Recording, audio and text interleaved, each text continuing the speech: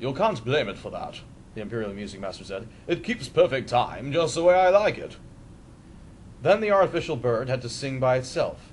It was just as popular as the real one, but of course it was also much prettier to look at. It glittered like brooches and bracelets. The mechanical bird sang the very same tune 33 times, and it still was not tired.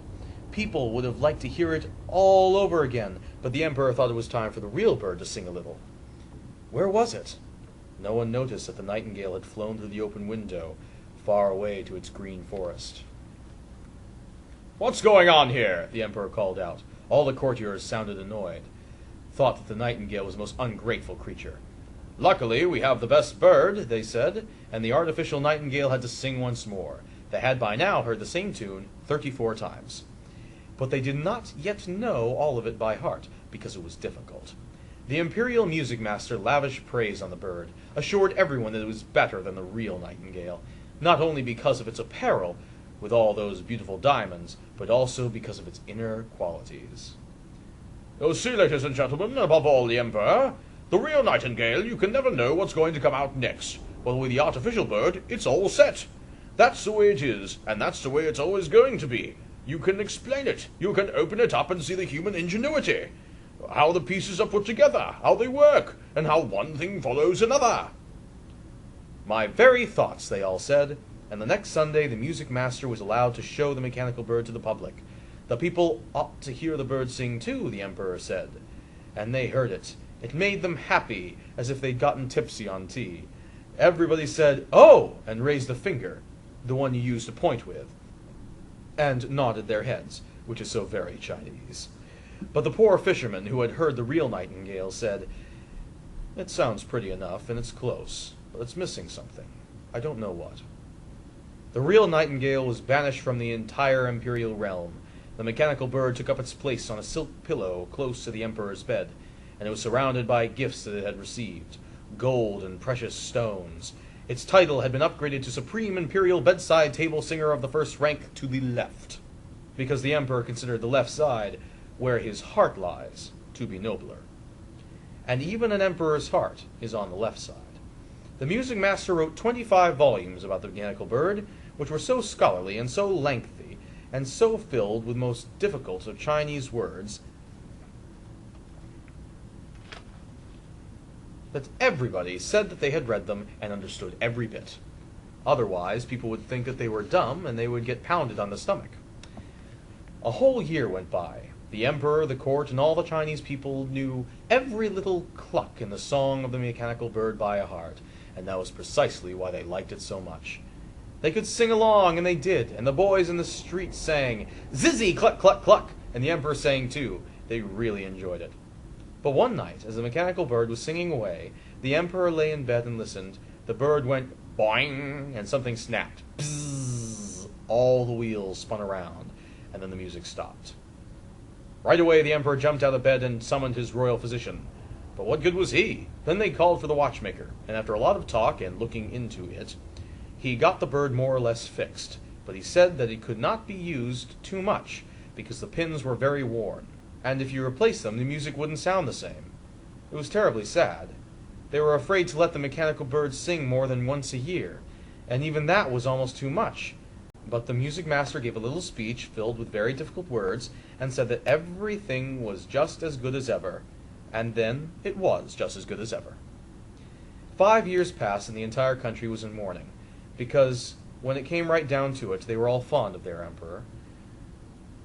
But now he was sick and not expected to live, they said. A new emperor had already been chosen. The people waited in the street and asked the courtier how their emperor was doing. "Puh!" he said, and shook his head. The emperor, cold and pale, lay in his huge, magnificent bed. The entire court thought he was dead, and every one of the members ran out to greet the new emperor. The footmen hurried outside to talk about it. The imperial servant girls had a giant coffee klatch. They laid cloth down on the floors in all the rooms and corridors, so that you couldn't hear anyone walking. And that's why it was so still. So very still.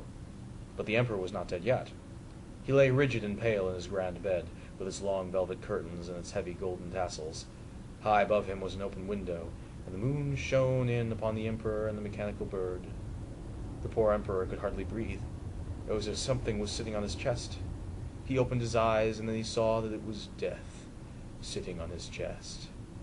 Death had put the emperor's gold crown in his head, and was holding the imperial gold sword in one hand, and the emperor's grand banner in the other. All around the folds of the great velvet bed curtains were strange faces, some quite nasty looking, and others sweet and gentle. They were the emperor's good and bad deeds, which stared at him now that death sat upon his heart. "Do you remember that?" one after the other whispered. "Do you remember that?" They told him so many things that sweat gushed from his forehead. "I never knew about that," the emperor said. "Music, music!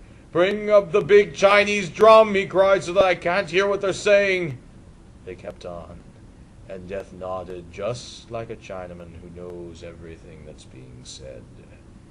"Music, music!" the emperor shouted. "You sweet blessed bird, sing, please sing! I've given you gold and jewels. I've hung my golden slipper around your neck, so please sing!" But the bird didn't move. No one was there to wind it up, and without that it couldn't sing. Death kept staring at the emperor with its large, empty eye sockets, and the room was silent, terrifyingly silent. Then all at once, the most beautiful song came from just outside the window. It was a tiny nightingale, the real one, that sat there on the branch. It had heard about the emperor's suffering and had come to sing to him, to give him solace and hope.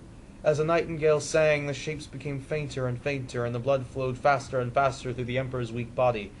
Death itself listened and said, "Keep singing, little nightingale. Keep singing."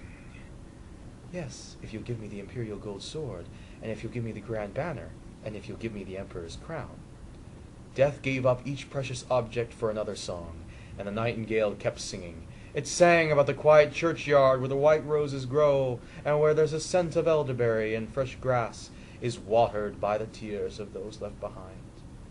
Death began to long for his garden, and drifted like a cold white fog out of the window. Thank you, the emperor exclaimed. "You heavenly little bird, I recognize you, of course. I chased you from my realm, but you sang anyway until the evil visions and death himself were gone from my bed and from my heart. How shall I reward you?" "You have given me my reward," Nightingale said. "I saw tears in your eyes the first time I sang. I'll never forget you. Those are the treasures that make the singer happy. But please sleep now, and get strong and well. I'll sing for you." Then the nightingale sang, and the emperor fell into sweet sleep, a peaceful, refreshing sleep. The sun was shining through the window when the emperor woke up, strong and healthy. None of his servants had yet returned, because they thought he was dead. But the nightingale was still singing. "You must always stay with me," the emperor said. "You only need to sing when you want to, and I'll smash the mechanical bird into 1,000 pieces." "Don't do that," the nightingale said. "It has done as well as it could, and you should keep it. I can't live in your palace, but let me come for a visit when I feel like it. In the evening I'll sit on a branch outside your window and sing for you, and bring you joy and wisdom as well. I'll sing about people who are happy and people who are suffering.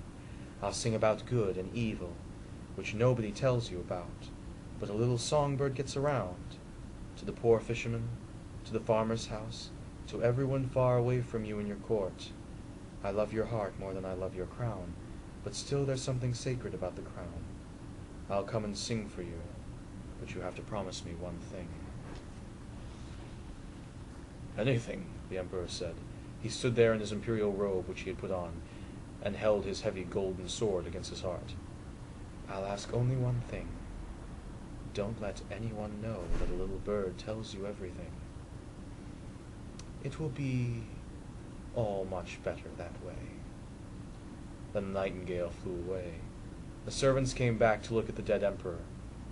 Yes, there they were, and the emperor said, "Good morning."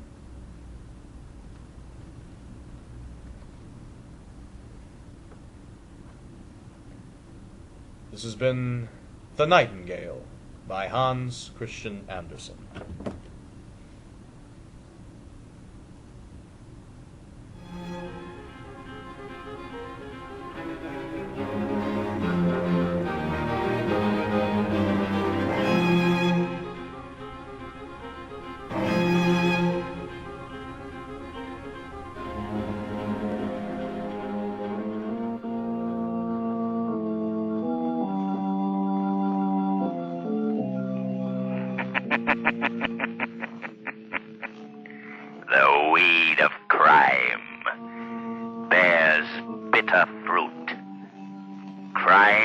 does not pay.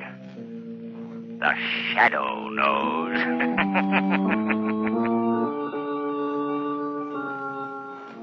Next week, same time, same station, Blue Coal, America's finest anthracite, will again present another thrilling adventure of the Shadow. Be sure to listen, and be sure to burn Blue Coal, the solid fuel for solid comfort.